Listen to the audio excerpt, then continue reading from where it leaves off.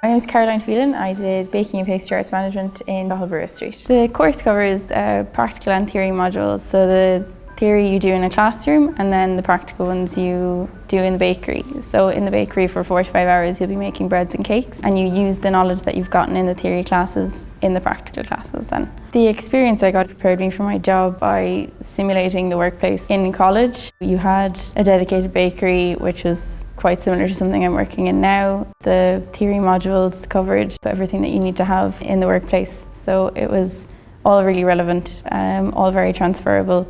It all really makes sense when you get into the workplace. I always thought that you had to keep your work and your hobbies separate. So after school I applied for arts.